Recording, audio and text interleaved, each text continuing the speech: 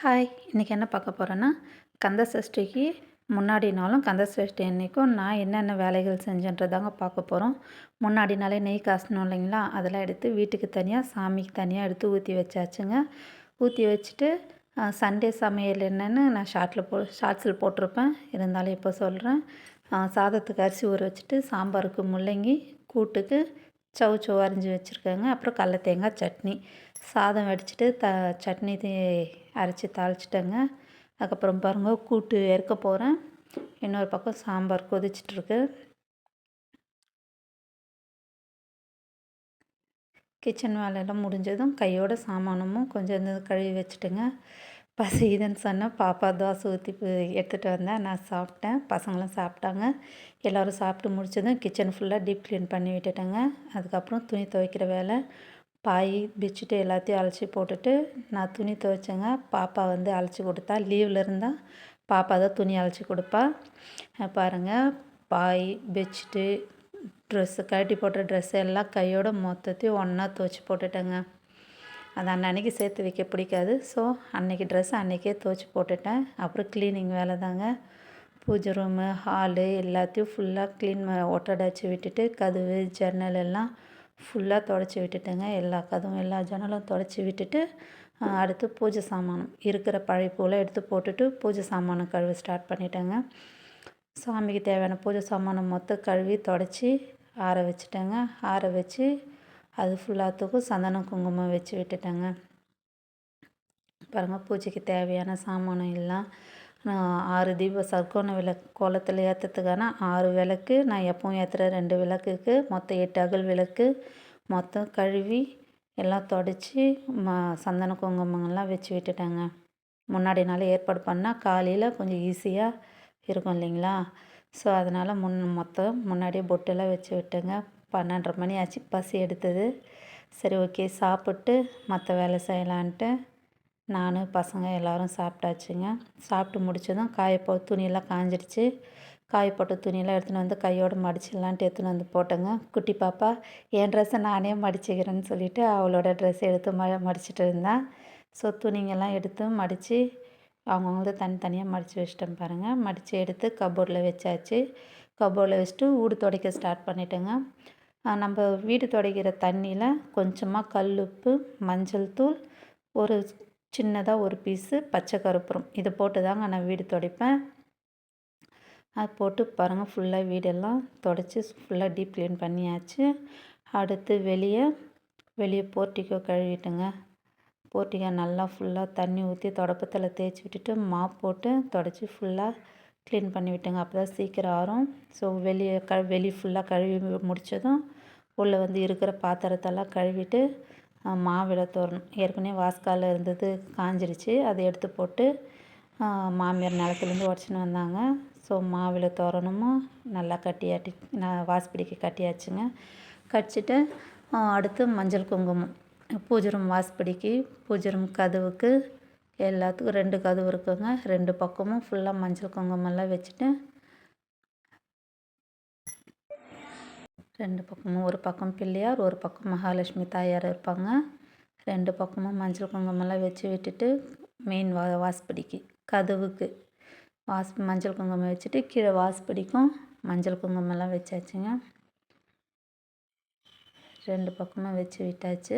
அடுத்து பூஜை சாமானெல்லாம் ரெடி பண்ணி வச்சிடலான்ட்டு காமாட்சி அம்மன் வைக்கிற வழுக்கில் கொஞ்சமாக பச்சரிசி போட்டு 5 ரூபா பில்லை வச்சு அது மேலே தாங்க வைப்பேன்.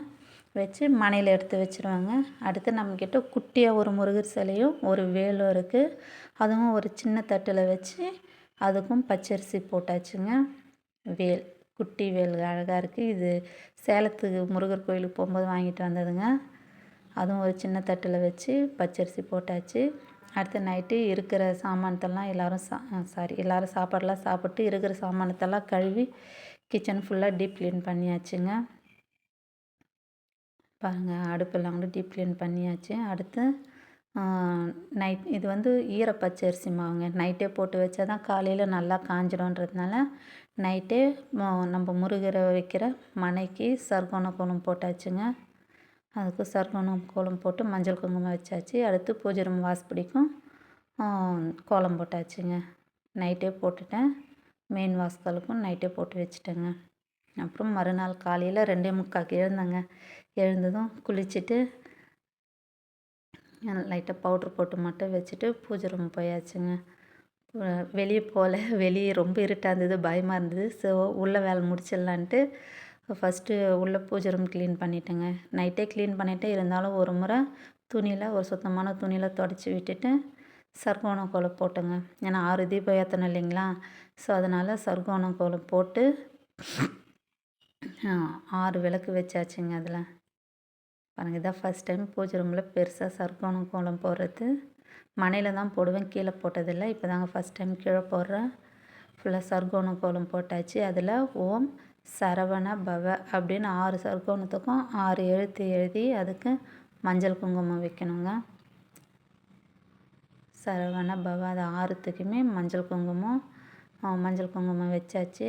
அடுத்து 6 இடத்துலையும் விளக்கு பாருங்கள், முருகரை நல்லபடியாக மனையில் அமர்த்திட்டு அங்கே வேல் வச்சு வேலும் முருகர் சிலையை வச்சுட்டு எல்லாத்துக்கும் பூ வச்சாச்சுங்க. இங்கே 6 தீபத்துக்கும் பூ வச்சு தட்டில் ஆல்ரெடி நான் ஏற்கனவே 2 நெய் தீபம் போடுவேன். அதுக்கும் அகல் விளக்கு வச்சு பூ வச்சாச்சுங்க. 6 விளக்குக்கும் பூ வச்சு எல்லாத்துக்கும் நெய் ஊற்றணுங்க. நெய் தீபம் தாங்க ஏற்றணும், நல்லெண்ணெயில் கூட ஏற்றக்கூடாது. நெய் தீபம் தாங்க ஊற்றி ஏற்றணும். எல்லாம் ஊற்றி ரெடி பண்ணி வச்சுட்டு வெளியே வாசலில் வந்து கொஞ்சம் அப்படி ஆளுங்கள்லாம் நடமாட்டம் இருந்தது. அதனால் வெளியே வந்து தண்ணி தெளித்து பெருக்கி கோலம் போட்டாச்சுங்க. சின்னதாக தாங்க போட்டேன். கோலம் போட்டு செம்மண் காவின்னு சொல்லுவேன் இல்லைங்களா? ஸோ அந்த செம்மண் வச்சு வாசப்படிக்கும் மஞ்சள் குங்குமம்லாம் வச்சாச்சுங்க. மஞ்சள் குங்குமம் தெரியல, ஸோ மஞ்சள் குங்குமம் வச்சுட்டு இங்கே மெயின் வாசக்காலாண்டியும் மாக்கோலம் தாங்க போட்டேன். பச்சரிசி மாவு மாக்கோலம் போட்டேன். வெளியும் மாக்கோலம் போட்டாச்சுங்க. மாக்கோலம் போட்டு மெயின் வாசக்காலுக்கும் பூவெல்லாம் வச்சு விட்டேங்க. பூவெல்லாம் வச்சு விட்டுட்டு நெய்வேத்தியத்துக்காக பால் காய்ச்சினேங்க. பால் கொதிக்கும் போது 2 ஏலக்காய் 1 ஸ்பூன் நாட்டு சர்க்கரை போட்டு நல்லா கொதிக்க விட்டு இறக்கி வச்சுட்டேங்க. இறக்கி வச்சுட்டு மெயின் வாசக்காலில் இப்படி தாங்க அலங்காரம் பண்ணியிருந்தேன். எப்படி இருக்குன்னு சொல்லுங்கள். ஓகே, எல்லாமே ரெடி பண்ணி முடிச்சுட்டு நானும் ரெடி ஆகிட்டு வந்தேன். வெளியே மெயின் வாசக்காலில் ஃபஸ்ட்டு தீபம் ஏற்றிட்டேங்க. 2 தீபம் அகல் விளக்கு வச்சு மாட விளக்கில் 2 தீபமும் ஏற்றியாச்சுங்க. ஃபஸ்ட்டு மெயின் வாசக்காலில் விளக்கேற்றிட்டு தான் அப்புறம் பூஜை ரூமில் விளக்கேற்றணும். இங்கே விளக்கேற்றிட்டு பூஜை ரூமில் போயிட்டு ஃபஸ்ட்டு 6 தீபம், அதுக்கப்புறம் மேலே இருக்கிற காமாட்சி அம்மன் விளக்கு எல்லாத்தையும் ஏற்றியாச்சுங்க. எல்லாத்தையும் ஏற்றிட்டு அடுத்து நெய்வேத்தியம் வெத்தலைப்பாக்கு வாழைப்பழமும் நாட்டு சக்கரை போட்ட பாலும் தாங்க காலையில் நெய்வேத்தியமாக வச்சுட்டு ஊதுபத்தி ஏற்று 6 தீபத்துக்கு முருகருக்கு மேலே இருக்கிற சாமி ஃபோட்டோக்கு எல்லாத்துக்குமே காமிச்சிட்டு வெளியே மெயின் வாசக்காலையும் வச்சுட்டு வந்துட்டேங்க. வச்சுட்டு வந்துட்டு நம்ம சாமி முன்னாடி அமர்ந்து ஃபஸ்ட்டு நம்ம குலதெய்வத்தை மனதார வேண்டிக்கணுங்க. இன்றைக்கி ஆரம்பிச்சிருக்கிற இந்த சஷ்டி விரதம் எந்த தடங்களும் இல்லாமல் நல்லபடியாக நான் முடிக்கணும், எந்த தடையும் வரக்கூடாதுன்னு சொல்லிட்டு நம்ம குலதெய்வத்தை முதல்ல வேண்டிக்கணுங்க. குலதெய்வத்தை வேண்டிட்டு பிள்ளையாரையும் மனதார வேண்டிட்டு கந்த சஷ்டி கவசம் தாங்க பாராயணம் பண்ணேன். பாராயணம் பண்ணி முடித்ததும் தூபம் காமிக்கணும் இல்லைங்களா? ஸோ சாம்பிராணி புகை நல்லா சர்க்கோண தீபத்துக்கும் முருகருக்கு இருக்கிற எல்லா சாமிக்கும் வீட்டுக்கும் மெயின் வாசக்காலுக்கும் எல்லாத்துக்கும் சாம்பிராணியெல்லாம் போட்டு காமிச்சதுக்கப்புறம் கற்பூர தீபம் முருகன் முன்னாடி அமர்ந்து கற்பூர தீபத்தை ஏற்றி எல்லா சாமிக்கும் காமிச்சாச்சுங்க. வெளியே ஃபஸ்ட்டு மெயின் வாசக்காலில் கும்பிட்டு வந்துட்டேங்க. அங்கே தீபத்தை மெயின் வாசக்காலுக்கு காமிச்சிட்டு அதுக்கப்புறம் இங்கே வந்து எல்லாருக்கும் கற்பூரம் ஏற்றி எல்லா சாமிக்கும் கும்பிட்டு மனதார முருகரை நினச்சி மனமுருகி வேண்டிக்கோங்க. இந்த கந்த சஷ்டிக்கு நான் வைக்கிற வேண்டுதல் எல்லாம் அடுத்த கந்த சஷ்டிக்குள்ளே நல்லபடியாக நிறைவேறணும். நானும் என் குடும்பமும் என் குழந்தைங்களும் வீட்டுக்காரரும் எல்லோரும் நல்லா இருக்கணும். குழந்தைங்களுக்கெல்லாம் நல்ல படிப்பு நல்ல வாழ்க்கை எல்லாருக்கும் எல்லாமும் கிடைக்கணும் நல்லபடியாக வேண்டிக்கிட்டேங்க. இந்த கந்த சஷ்டிக்கு யாரெல்லாம் விரதம் இருக்கீங்களோ அவங்களோட எல்லா வேண்டுதலும் நிறைவேறணும்னு மனதார வேண்டிக்கிட்டேங்க. வேண்டிக்கிட்டு திருநீர் எடுத்து வச்சுக்கிட்டேங்க. திருநீர் வச்சதும் சாமி முன்னாடி முந்தானி விரித்து மண்டிட்டு நம்ம வச்சுக்கிற வேண்டுதல் எல்லாம் நல்லபடியாக முடியணும், இன்றைக்கி விரதம் நல்லபடியாக முடிக்கணும் அப்படின்னு மனசார வேண்டிக்கோங்க. மனதார வேண்டி சாமி கும்பிட்டாச்சுங்க. பாருங்கள் 5:20க்கெல்லாம் காலையில் விரதத்தை ஸ்டார்ட் பண்ணி பூஜையை முடிச்சிட்டாங்க. 2:45 எழுந்து 5:20க்கெல்லாம் நல்லபடியாக சாமி கும்பிட்டு முடிச்சிட்டாங்க. ஓகேங்க. இந்த கந்த சஷ்டி இதுதான் நான் முதல் வருஷம் இருக்கிறது. ஸோ நல்லபடியாக முடிச்சிட்டேன். எனக்கு தெரிஞ்ச மாதிரி செஞ்சுருக்காங்க. இதில் ஏதாவது மாற்றணுன்னா சொல்லுங்கள், நெக்ஸ்ட் இயர் மாற்றிக்கிறேன். ஓகே. எல்லாரோட கந்த சஷ்டியில் விரதம் இருக்கிற எல்லாரோட வேண்டுதலும் நல்லபடியாக நிறைவேறணுன்ட்டு அந்த முருகரை நானும் மனமுருகி வேண்டிக்கிட்டேங்க.